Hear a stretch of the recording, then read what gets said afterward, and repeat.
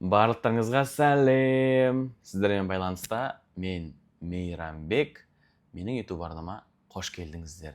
Бүгін мен сіздерге айтқым келетін тақырып, егер де өзіңіздің өміріңізде жақсылықтарды көбейткіңіз келсе, жақсылықтардың көлемін ұлғайтқыңыз келсе, осы бір амалды қолданыңызшы.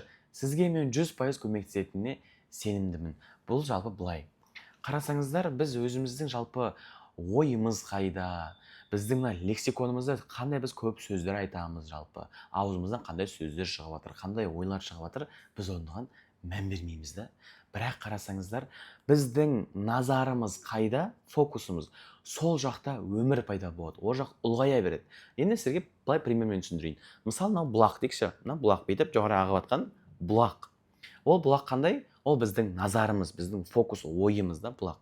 Енді біз бұлақтың көзін қайсы бір арыққа қарай бұратын болсақ, сол арыққа қарай бұрылады да, сол арық үлкейе береді ғой, қазылып, ол бір күндетін толады да. Тура сол сияқты біздің назарымызды бүйтіп, егер біз негативке, проблемаға бұратын болсақ, біздің өмірімізде проблема азаймайды. Одан бетер үлкейе береді. Может, біз қазір проблемамызды көп ойлайтын шығармыз, өзімізді жегідей может жейтін шығармыз, биткен жоқпын, жеткен жоқпын деген сияқты. Немесе басқалармен өзімізді қатты салыстыратын шығармыз да. Егер біз өзіміздің назарымызды қайда құйдық, ол жақ үлкейе береді, сол жақта өмір пайда болды, жолы өмірге ұласады да. Сол үшін де байқасаңыз айтатыным, біз проблеманы уайымдағаннан еш нәрсе шешілмейді.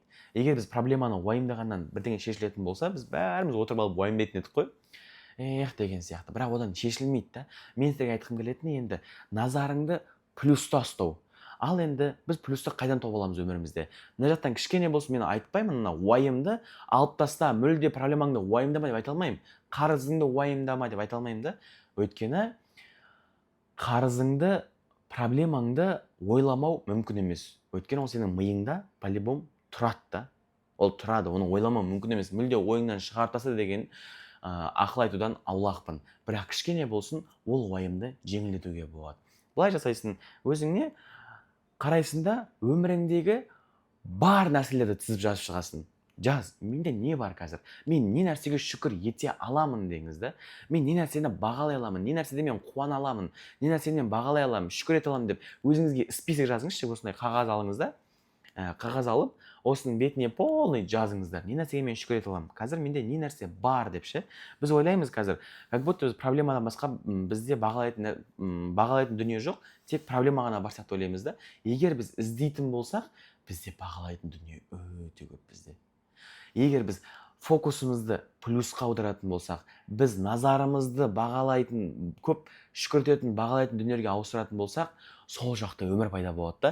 Мына жақтың уайымы кішкене болсын сейілетін болады. Мен сіздерге айтқым келетіні, назарың қайда, сол жақ үлкейеді. Аузыңнан да жоқ, болмай жатыр деген сөз шыға ма, болды, ол орындала береді өміріңде. Былай айтқан ғой, мен қазір авторының кім екенін білмеймін, бірақ былайынан мынандай сөз бар да.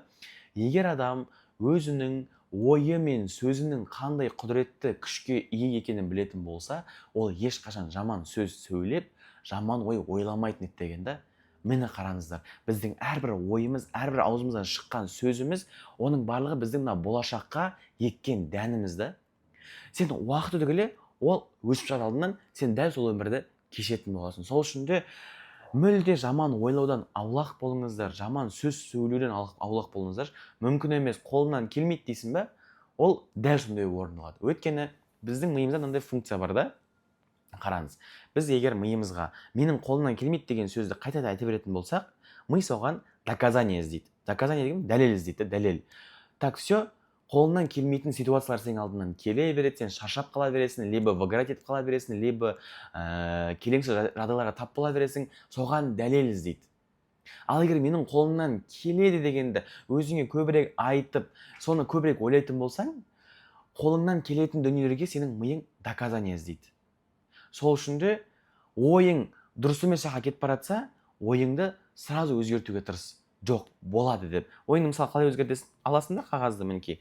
Қағаз аласың, менің қолымнан келмейді, мүмкін емес деп жазасың да, екінші бетке. Жоқ, бұл менің ғана басымдағы ойлар, бұл менің басымдағы ғана образдар. Бұл ойды мен ғана ойлап тұрмын, қолымнан келмейді деген нәрсені мен ғана ойлап тұрмын. Маған біреу айтып кеткен жоқ. мен ойлап тұрмын, бұл ойды менің өзгертуге құқығым бар. Мен сол ойды өзгертемін, сол құқығымды пайдаланамын. Жоқ, менің қолымнан келеді деп өз ойыңды алмастырасың. Егер жазуға ерінетін болсаң, көзіңді жұмасың да, мысалы, сен жасай алмайсың деген шығуы мүмкін ішіңде. Мүмкін емес ол нәрсе деп шығуы мүмкін да. Мүмкін емес дей ма? Көзіңді жұмасың, сол жерде тұрасың да. Жоқ, бұл мен басымдағы ойлар, бұл мен басымдағы образдар, бұның барлығы мен өзім қалыптастырып алдым. Өзім қалыптастырдым ба? Өзім алып тастай аламын. Және де бұл ойларды менің өзгертуге құқығым бар. Мен сол құқығымды пайдаланамын, все, алып тастаймын, өзгертемін. Ол мүмкін алу. Ол менің қолымнан келеді деп ойыңды өзгерте аласың. Бұл қазір техниканы, бұл проработканы жеңіл қарамаңыздаршы. Бұл өте мықты проработка. Қазір сізге может әшейін ғана болып естілуі мүмкін. Осындай ма, сонда өзгере сала ма деп ойлауыңыз мүмкін да. Реально өзгереді. Осылай әрбір ойларыңызды, керағар, артқа тартар ойларыңызды отырыңыз да дәл осы сөз айтыңыз. Жақсы ой ойлаңыз. Бірінші негатив ойыңыз, одан кейін өзгертемін деген шешім қабылдайтыңыз бағанағы менің ойым деп, одан кейін үшінші соған антоним позитив ойды өзіңнің миыңда қалыптастырасың. Қайта жаза бер, айта бер, ойлай бер, ол сенің өміріңде орындалып бастайды, сенің миың соған дәлел іздеп бастай береді. Қазір сен ойлауың мүмкін, біз андай адамдармыз ғой, дәл қазіргі тұрған положениемізға қарап қана біз план құрамыз да. Мен ауылдамын ғой, мен декреттемін ғой, мен студентпін ғой, менің қолымнан келмейді ғой, менің қарызым көп қой, менің ондай өнерім жоқ қой, мен жасай алмаймын деген сияқты біз тұрған жерімізге қараймыз да. Бірақ та егер сен дайын болсаң, Құдайдың саған беретіні өте көп. Даже себепсіз бере салады саған, сен дайын болсаң. Ал оны дайын болу үшін біз қалай көтере аламыз? Ол үшін де біздің ойымыз таза болу керек, ойымыз кең болу керек. Жаратушының сондай бай екеніне, берген екеніне біз сене алуымыз керек та. Біз дейтін. Сол үшін де дәл қазір сіз қандай положениедасыз, қай жерде тұрсыз, мүлде оған қарамаңыз. Жаратушының бай екеніне, берген екеніне, жомарт екеніне сеніңізде жаратушының көзқарасымен қараңызшы. Көзқарасымен дегенде кешірім сұраймын. Жаратушының сондай күшімен қараңызшы. Ол шексіз мықты, шексіз бай, шексіз берген. Сондай шексіз мықты жаратушы Құдай сізді жаратты. Значит, Құдай сізді жаратты ма? Значит, сіз де мықтысыз. Сіз өзіңізге мен онша емеспін, менің қолымнан келмейді деп айту, ол қателік та. Себебі сізді Құдай жаратты ғой. Құдай сондай шексіз бай, сондай шексіз құдіретті. Ол сіздің де, сіз де мықтысыз деген сөз да. Сол үшін де менің қолымнан келмейді, мүмкін емес деген ойлардан аулақ болыңыздар. Ойыңызды өзгерте алмайсыз ба? Егер қаншақты уайымыңыз алып кетіп жатыр ма, миыңызды, проблемаңыз алып кетіп жатыр ма, ойыңызды? Құдайдан көмек сұраңыз. Аллахым, мен дәл қазір жақсы ойлаймын десем де, ойлай алмай жатырмын. Бірақ өзің көмектесші маған. Өзің маған көмегіңді берші. Өйткені сен ғой мені жаратқан. Өйткені сен ғой мені басқарып тұрған. Менің миыма жақсы ойларды салып қоюыңды сұраймын. Мен қазір саған сене алмай жатырмын. Саған сене алмай жатырмын. Өтінемін, саған деген сенім салшы. Өйткені мен өте білімсізбін, өте әлсізбін. Менің қолымнан оны нәрсе жасау келмейді. Бірақ сен мықтысың ғой. Маған көмегіңді беруіңді сұраймын.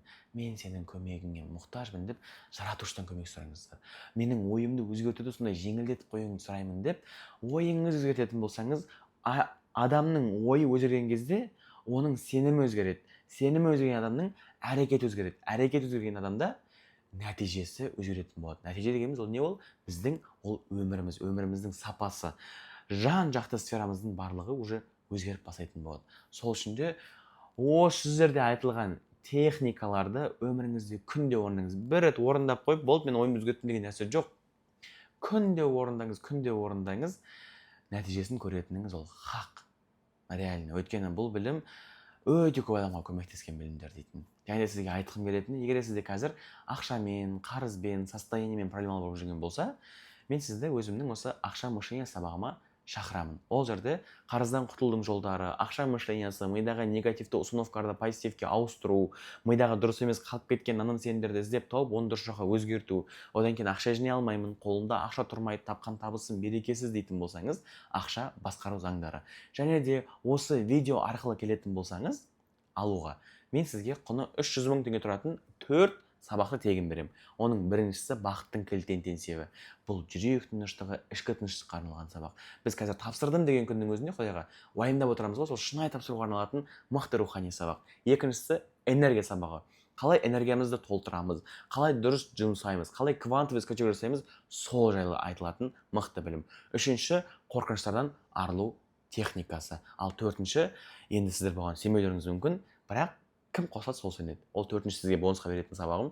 Сіз жұмыс жасасаңыз да, жасамасаңыз да ойламаған жерден ақша түсіретін мықты техниканы сізге тегін беретін боламын, егер осы видео арқылы қосылатын болсаңыз. Егер қосылғыңыз келсе, осы видеоның астында көрсетілген номерге маған WhatsApp-қа жазыңыз, мен сізге счет беріп, оплатаңызды қабылдап алатын боламын. Доступ мәңгілік, любой время қарай бересіз, бағасы небәрі 15 000 теңге. Қалай бөліп төлеймін десеңіз де өзіңіз білесіз. Сол үшін егер может бұл да сізге бір знак болса, знак деп қабылдасаңыз, келіңіз. Бұл 2000-нан астам адамның қарыздан құтылып табысының үстіне себепкер болған мықты сабақ. 2000-нан астам адамның нәтижелер керек болатын болса, менің сол WhatsApp-ма жазыңыз, мен сізге нәтижелердің барлығын жіберетін боламын. Осы видео сізге пайдалы болды деген ойдамын. Парақшама тіркеліп алыңыз, алдағы уақытта мен осындай пайдалы дүниелерді өте көп шығаратын боламын. Парақшама тіркеліп, лайк басып, комментарий жаза кетіңіз, достарыңызбен де бөлісіңіз. Осы техниканы жасап нәтиже алып жатсаңыз, міндетті түрде менің жекеме шығып, немесе осы видеоның астына өз нәтижеңізді бөлісіңіз. Сау болыңыз, хайырлы, берекелі, нәтижелі білім болсын.